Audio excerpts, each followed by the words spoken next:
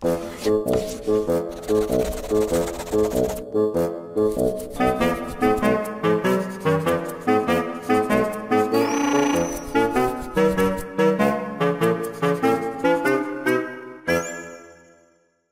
is our last lecture for Biochemistry II. So we went through central metabolism and we covered amino acid degradation and amino acid biosynthesis. Okay. So unfortunately, we don't have time to cover DNA nucleotide synthesis, but nucleotide synthesis is actually pretty simple.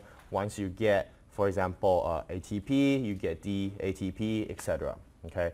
You can find a chapter on that in your book, but primarily when we design, okay, when our college designed the courses for you guys, basically we separate it, okay, 我们基本上是 separate 说跟 DNA 相关的我们放在分身，然后所有其他非 DNA 相关的我们放在生化 ，okay, so that's why 我那个 DNA 就不是那么的 emphasize, okay. So today we're going to talk about biosynthesis of other nitrogenous compounds and what are they. We'll focus on several of these things. Actually, we can cross this out. We're not going to talk about methylation and methylation products because we already did. Okay, we talked about methylation using SAM and using THF. Okay, so we talked about that when we talked about the amino acid biosynthesis. But essentially, we're going to talk about heme, okay, heme biosynthesis. And we'll also talk a little bit about some of the neurotransmitters that are commonly found in you, okay, or in animals.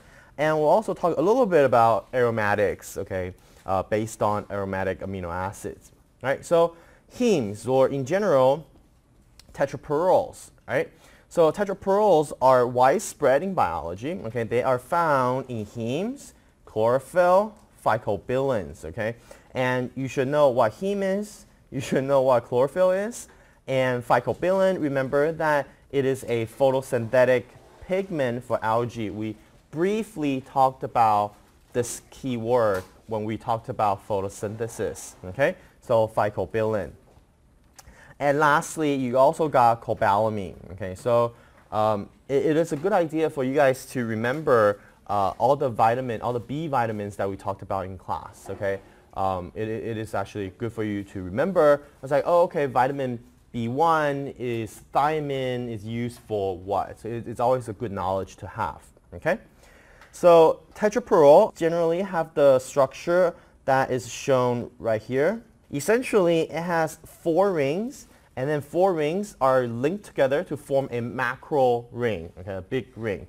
And these structures, usually we also call them porphyrin. Okay, so the structure shown here is a porphyrin, a type of tetraperol. Okay, so a lot of times, if you guys are interested in chemistry and natural product, there are actually quite many people that are doing research on porphyrins. Okay, and porphyrins are these type of molecules that usually will chelate some kind of a metal ion right here. Tetraperol got its name from having 4 linked perol rings. So each of this is a perol ring, okay? And because it has these double bonds, essentially it will form a conjugated system. Note here that the tetraperol can also be linear, okay? Because here it's a circular tetraperol, but if you have 4 perols linked together, then you can also have a tetraperol, but essentially it will be a linear tetraperol. But we'll see that in the degradation of heme today, right?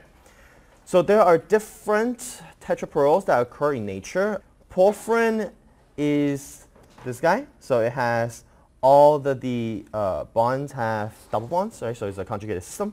And you can also have chlorine, bacterial chlorine, isobacterial chlorine. So what you can see is that going from this guy, you have a reduction, okay, and so on and so forth, right? So depending on how many electrons or how many bonds you have on the system, essentially tells you the oxidation state of your tetraperol.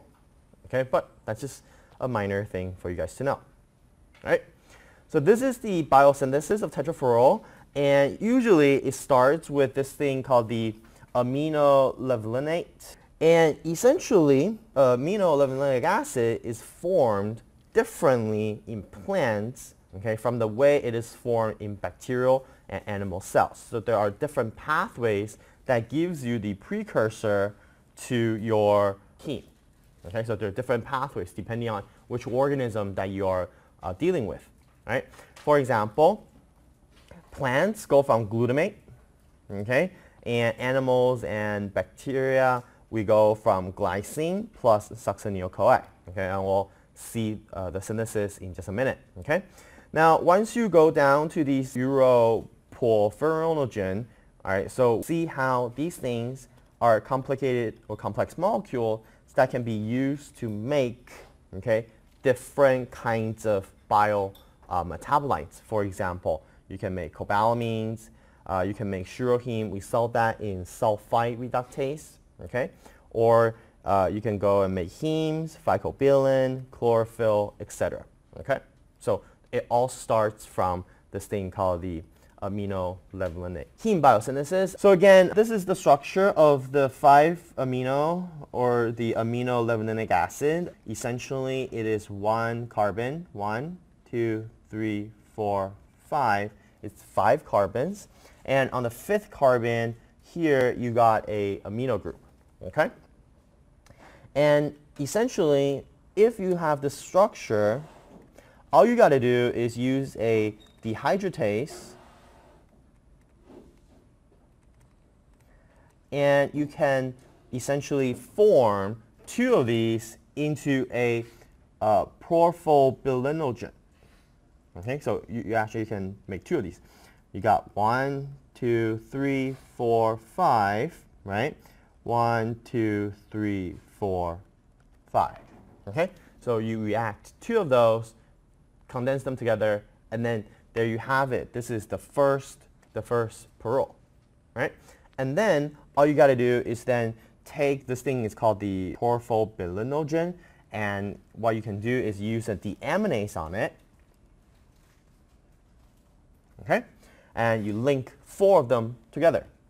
This guy is your tetraparole. Okay, so 4 of those subunits come together and you form tetraparole.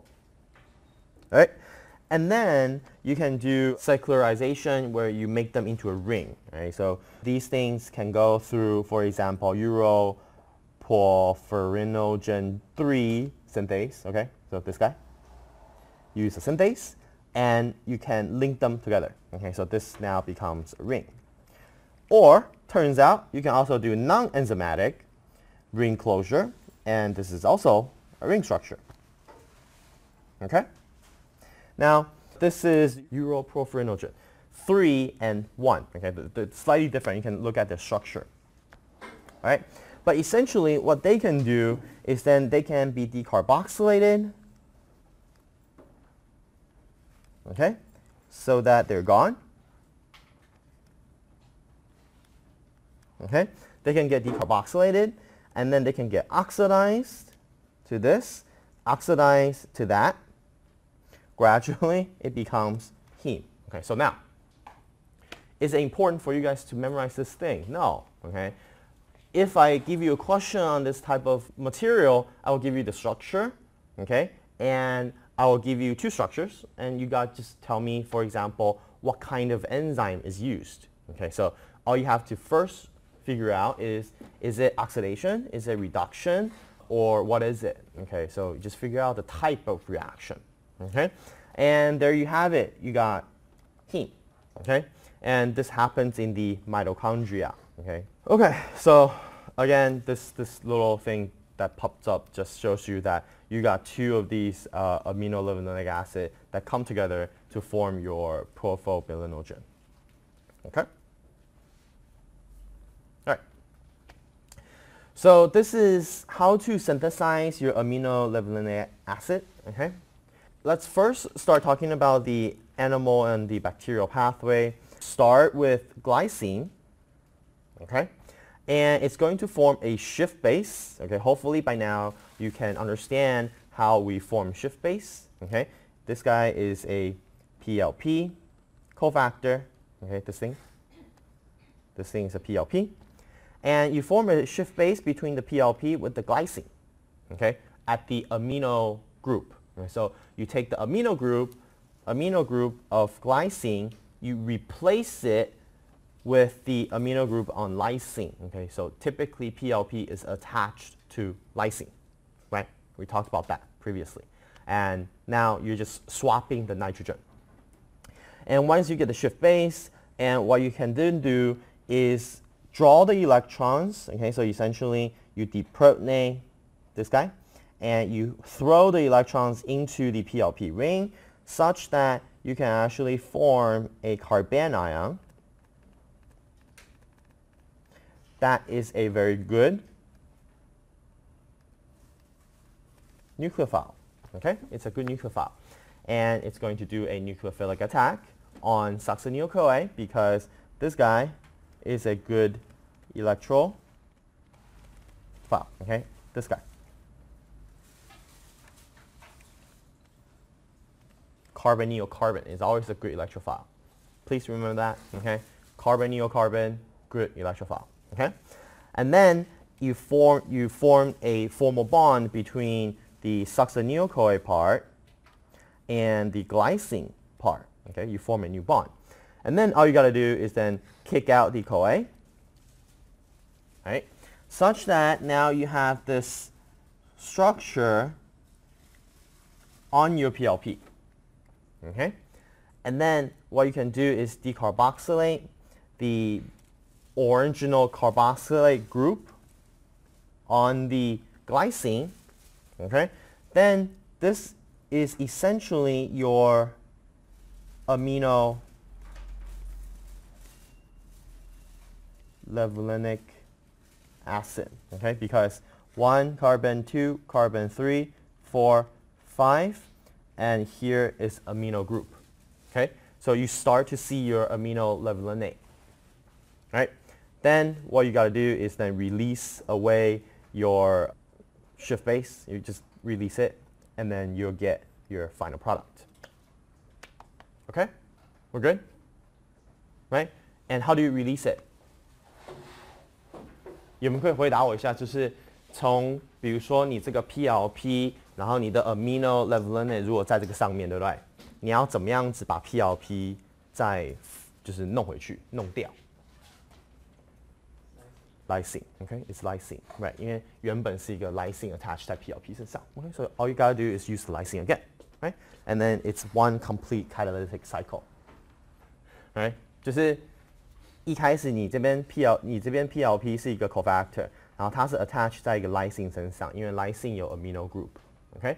然后经过一系列我们刚刚看到一系列反应机制之后呢，你最后你的这个你要的 product 已经成型了。但是你要怎么样子把 product 从 PLP 身上砍下来 ，release 下来 ，OK？ 你就是用你 enzyme 身上的 lysine 去把它换下来。那换下来之后呢，你就等于重新会regenerate 出你的 PLP 在 enzyme 身上。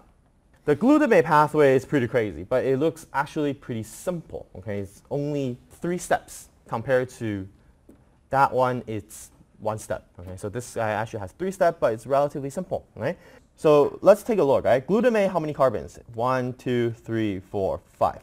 So glutamate is already 5 carbons. So you don't need to do any carbon-carbon chemistry. Right, so it's already 5 carbons, and all you got to do is manipulate the amino acids and the functional groups. Okay, 5 amino levulinate that looks like this. Okay, so 1, 2, 3, 4, 5. All right. And then you look at this. The first position, this is acid, not changed. Okay, so if you look at this carbon and this carbon, same. Both of them are acid. And then you got 2 CH2s, 2 CH2s, okay? And the 4th carbon here, it's a carbonyl. But here, it's an amino group, okay? And lastly, here it's an amine, okay, or amino group, but here it's a carboxylic acid, okay? So what do you think you have to do, okay? If you have to somehow make a pathway that converts glutamate to amino levulinic acid, what would you do, okay? You would probably do some kind of a transamination here, okay?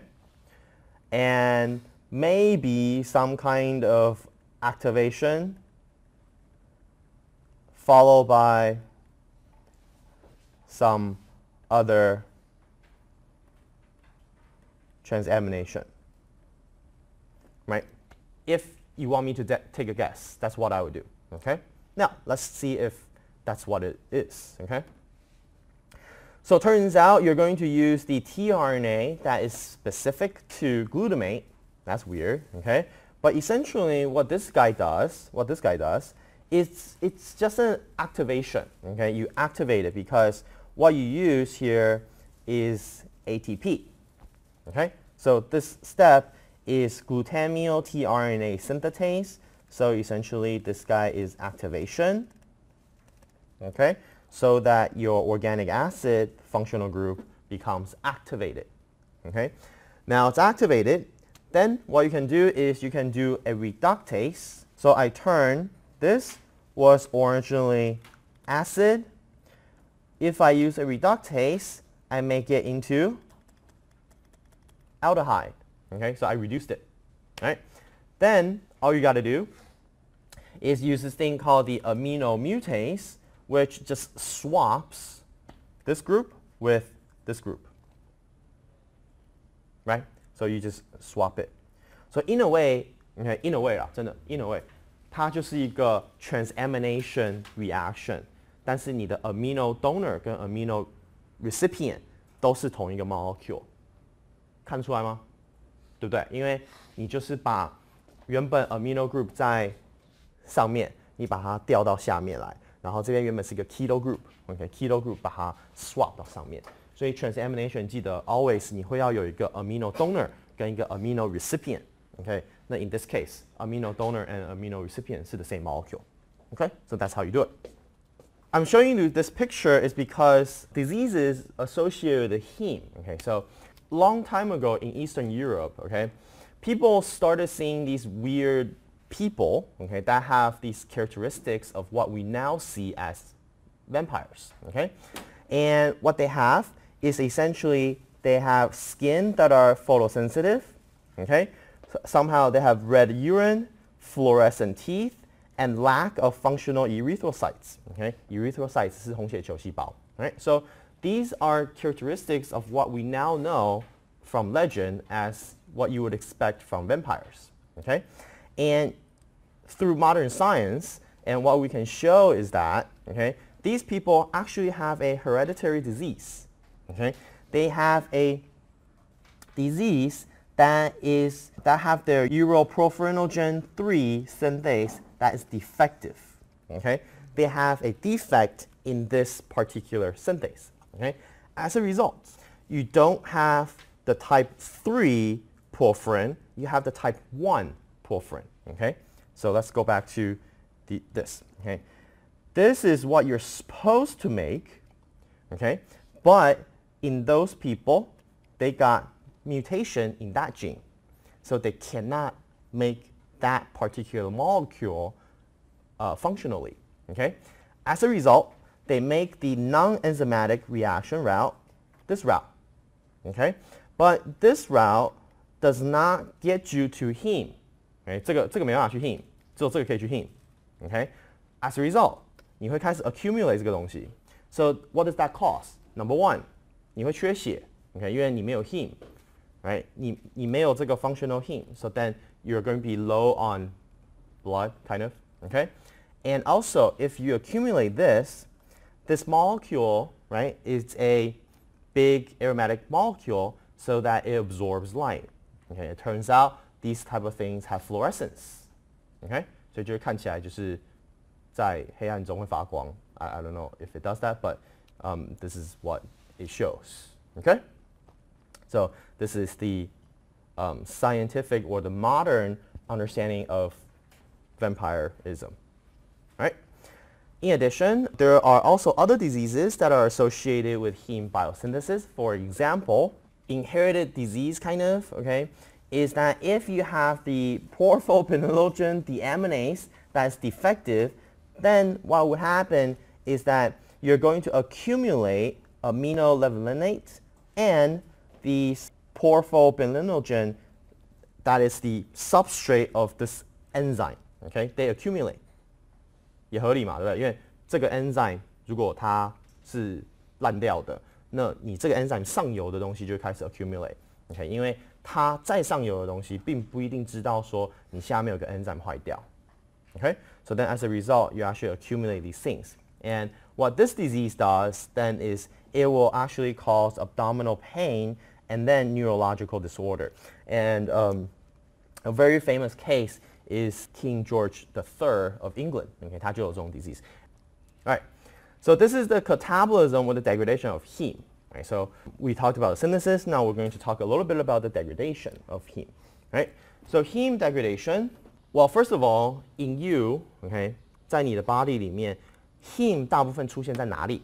你觉得 heme 会出现在哪里？就 like maybe 红血球细胞里面嘛，对不对 ？OK， 因为它是红色的嘛 ，heme 红的嘛 ，OK， 合理吗 ？Alright, so it turns out if you got aged erythrocytes， 所以就是你知道你身体里面血液会不断的在 replenish，OK， 它会死掉的细胞，你会把它 degrade 掉，然后拿去 build 新的细胞 ，make sense，right？ 那 turns out 呢，这些 age 的这个 erythrocytes， 它们就是等于破掉嘛，烂掉之后呢，你的 hemoglobin will get leaked out. Okay, so then your hemoglobin comes out, and then you're going to degrade your hemoglobin. Right, so hemoglobin will get degraded into heme and globin. Okay, and obviously the globin is a protein, and which then they can be broken down into amino acids, either reutilized or catabolized. 听得懂 difference 吗 ？Reutilize 跟 catabolize， 这里啊，这里 reutilize and catabolized。reutilize 就是这些 amino acid 再去做新的 protein，catabolize 就是被 degrade 掉做 energy。And then your heme, now we're going to talk about how the heme gets degraded. Heme, turns out what you're going to do is you're going to use molecular oxygen again to pop open the ring, okay? Because always breaking open a carbon-carbon ring is not exactly easy. So you have to use some pretty rough enzymes. So you do a ring opening, okay, using a oxygenase. And then what you can do then is once you opened it, you get this linear tetraperol, okay? You get this linear tetraperol. What you can then do is you can have partial reduction. You see how you got these alkenes all around, okay? What you can then do is, for example, reduce them. And then you might be thinking, well, why do you want to reduce them? Okay? Turns out, if you reduce it, okay, it then becomes somewhat insoluble. Right? It's pretty, in a way, insoluble. Then you can use, oh, by the way, this thing called bilirubin, okay, bilirubin. And bilirubin can then interact with your serum albumin, so proteins in your bloodstream, okay? And then it will carry it from the spleen to the liver such that you can then label them for excretion, okay? At the liver, you take your bilirubin right here, then you use glucuronate to label these bilirubin such that they can get excreted. And how do they do that? All right? Glucuronic acid, remember it has acidic functionality on the sugar, so it promotes the solubility. Okay, so it sort of increases the solubility of these tetraperols so that you can degrade them. Right? So okay, turns out you're not going to reuse them. Sometimes you just secrete them out. Okay, and what happens is that, have you guys ever noticed that sometimes when you pee, it's like yellow? Turns out it's from dead blood cells. Okay, 这其实是你那个排尿的时候会有 yellowness. 那它其实就是 some of the bilirubin, okay, these bilirubin will get absorbed into the blood and oxidized to form urobilin, which is the yellow color in urine. Okay, so the yellowness comes from the degradation of essentially heme proteins. Tetraperol synthesis, tetraperol degradation, and give you a couple examples on some kind of hereditary diseases. Right? Next, we got hormones and neurotransmitter. All right, so for example, melanin. Right? Melanin, it's this black thing that occurs to our skin, okay, or hair. It is the primary molecule that absorbs light in us, okay? And melanins are pigments found in animals, okay? They're very effective light absorbers, and they can absorb, the key here is all wavelengths of visible light. So if you have increased concentration of melanin, guess what? You're going to be very dark, okay? Essentially, your melanins are synthesized from tyrosine, okay? So it's synthesized from tyrosine, okay? So melanins are down here. So these guys are melanin. And the first thing is, what you can see is that melanins are generated at the exposure of sunlight, so essentially UV radiation. And it is thought that melanin can protect skin cells from UV damage. Okay? However, the exact correlation is still unclear. But it is true that if you guys go sit out in the sun for like several hours, you guys get tanned, right? So it is your mechanism to regenerate melanin so that you look darker, okay? And in most animals, there are two distinct types of melanin. There is the eumelanin, and the pure eumelanin looks blackish brown. And there's also the pheomelanin, that is the yellowish, reddish brown color, okay? And pheomelanin occurs when the sulfhydryl compounds are available. Sulfhydryl, sulfur, okay? So if you have a lot of sulfides around in the environment or in your diet or in your body, in the system, then you can actually produce more pheomelanin, okay? Whereas the eumelanin, what you see is that it has only carbon, oxygen, and nitrogen and hydrogen. The synthesis starts from tyrosine, and the first thing you're going to do is use the tyrosinase, okay? And what it does is essentially it throws a part of the molecular oxygen onto here so that you generate a keto group. Okay? Initially, you start with a phenyl ring. This is a phenyl ring, right? Phenyl ring. And then you're going to break the aromaticity, and you're going to generate a diketo compound called the dopaquinol, DQ. And DQ can then, if you have cysteine, it becomes steneodopa, and then it goes down to make pheomelanin. If you don't have that, then what it can do is it can become cyclodopa, and then it goes down to make eumelanin. Right, pathway 不是很重要，只是跟你讲它们大概长这样。Right? Now it turns out animals that are deficient in tyrosinases, okay, they cannot produce pigments and therefore they're albino. Okay, albino 就是你全身都是白的。Okay? Neurotransmitters. The precursors are glutamate, tyrosine, glycine, tryptophan. Okay, these four guys typically serve as neurotransmitters or precursors to neurotransmitters. Okay? Previously, we already talked about how glutamate can be decarboxylated into GABA, okay, gamma aminobutyrate, which is a neurotransmitter, which is why I told you 不要吃太多 MSG 嘛，对不对？记得哈，或者吃太多 MSG 头会痛，有没有？ Maybe associated, right? Okay. So the pathway, for example, here we're talking about serotonin, okay? The pathway to serotonin begins with hydroxylation of tryptophan. So it starts from tryptophan, okay? By a tetrahydrobiodependent aromatic amino acid hydroxylase. So this guy is a hydroxylase, okay? And what hydroxylase does is it's going to throw a hydroxyl group on something, okay? So you're going to hydroxylate tryptophan right here. So then you generate the 5-hydroxytryptophan, which then you can use a PLP-dependent aromatic amino acid decarboxylase to get rid of the carboxyl group, such that you generate, this guy is serotonin. Serotonin is thought to contribute to the emotion of happiness. Okay? 不是叫你去那个药房买一堆 serotonin 来嗑，然后让你天天很 happy 哦，不是这个意思。但是what people think is that serotonin is able to contribute to your state of happiness. So it depends on the level of your serotonin, right?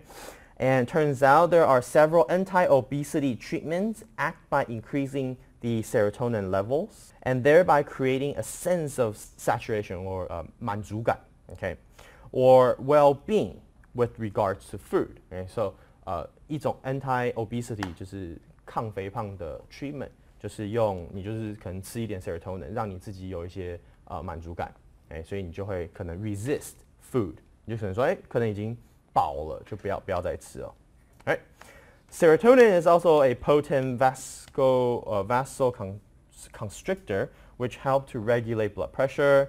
Serotonin can also be converted to melatonin, which is important for regulating your sleep cycles. Right? Next example, we have dopamine and epinephrine. Okay? The synthesis of these neurotransmitters and signaling compounds, they also start from tyrosine. Okay? So here, this example starts from tryptophan. Now, these guys start from tyrosine. Okay? And what you can do is, for example, again, you do hydroxylase. Okay, so we keep on seeing hydroxylase coming up. For example, if you want to make DOPA, DOPA is one of the important neurotransmitter, or at least neurotransmitter precursor. What you can do is use the tyrosine hydroxylase to create a OH group right here, such that you generate DOPA. Okay?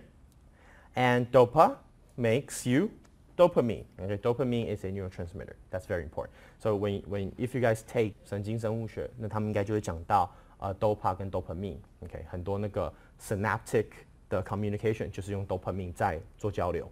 Dopamine can then generate your epinephrine through further hydroxylation and then a methylation. Okay, so you throw a methyl group onto the NH3, you generate the methyl group on that. Okay, so that's epinephrine. The last thing that we're going to talk about related to nitrogens are the aromatics. Okay, aromatics. Now, aromatics, they're also very important because, they're almost everywhere. And for example, here, this is talking about how phenylalanine and tyrosine. Okay, so phenylalanine and tyrosine, they're aromatic and they can be used to make variety of stuff. And here it says that the phenylalanine and tyrosine, they can serve as precursors to an enormous number of plant substances. For example, lignin. We'll talk about lignin in just a minute. It makes pigments, makes a lot of the flavors, components of spices. Okay, 所以香料里面很多这种flavors 也是 aromatic dependent 的 molecule. For example, cinnamon. Okay, 肉桂。有常现在电视上会听到什么肉桂醛，有没有？那些东西也都是这种 aromatic 的 stuff. Okay? And in fact, the role of these amino acids as precursors to such substances in cinnamon oil, wintergreen oil, bitter almond, nutmeg, whatever, blah, blah, blah, okay, is related to their designation as aromatic amino acids. Okay, so these guys all come from aromatic amino acids. And these are derived from this thing called the coniferol alcohol, okay, right here, this guy, which is also the central intermediate to lignin synthesis, which we'll talk about on the last slide. And it turns out your tyrosine is also the starting point for the synthesis of opiates, like opium, like 鸦片类型的东西. For example, codeine and morphine. Okay, so 这个是 codeine and morphine in poppy plants. Okay, but morphine 是吗啡吗？对不对？都是从这些东西出来的。Now, for example, this is what morphine looks like. And it's derived from tyrosine, right? Additionally, you also got some other flavonoids. Too bad I don't have time to go over flavonoids, but flavonoids are a large class of molecules that have very good bioactivity, okay? For example, a lot of those are antioxidants, this guy, okay? Resveratrol, which is why people say that you should drink 就是红酒对你身体有好处，有没有？那就是因为葡萄里面有很多这个东西。Also, they also include a lot of flower colorants, so things that gives you color also have a lot of times these flavonoids type of compound. Okay, and please understand that flavonoids comes from phenylalanine. Okay, so it shouldn't come as a surprise because if something has color, typically means that it is conjugated and probably has aromatic compounds inside. And of course, if you have aromatics, it comes from phenylalanine tyrosine. This is, I think, is the last slide, which focuses on lignin. Okay, lignin is the main structural support for plants. Okay, we know plants have cellulose, hemicellulose, lignin. Okay, those three types of chemicals. and lignins are derived from phenylalanine. Okay, for example, you go from phenylalanine to what we saw. This is the coniferol alcohol, and coniferol alcohol can then be used to generate lignin. Okay, they actually form a very strong ester linkage between the different aromatic compounds. And since aromatic compounds are very stable chemically, okay, so that makes lignin very, very stable and very, very rigid. Okay, and because of their rigidity, they are used to support plant growth. That's all I have. Again, this lecture is only to give you some examples of some other nitrogenous compounds that we see in biology, but it's not 就是不是很重要说你一定要知道这些东西是干嘛的或者它是怎么合成的，只是跟你讲说，就是不是市面上就是在生物界里面有这些类型的 molecule， 然后它们的一些 function。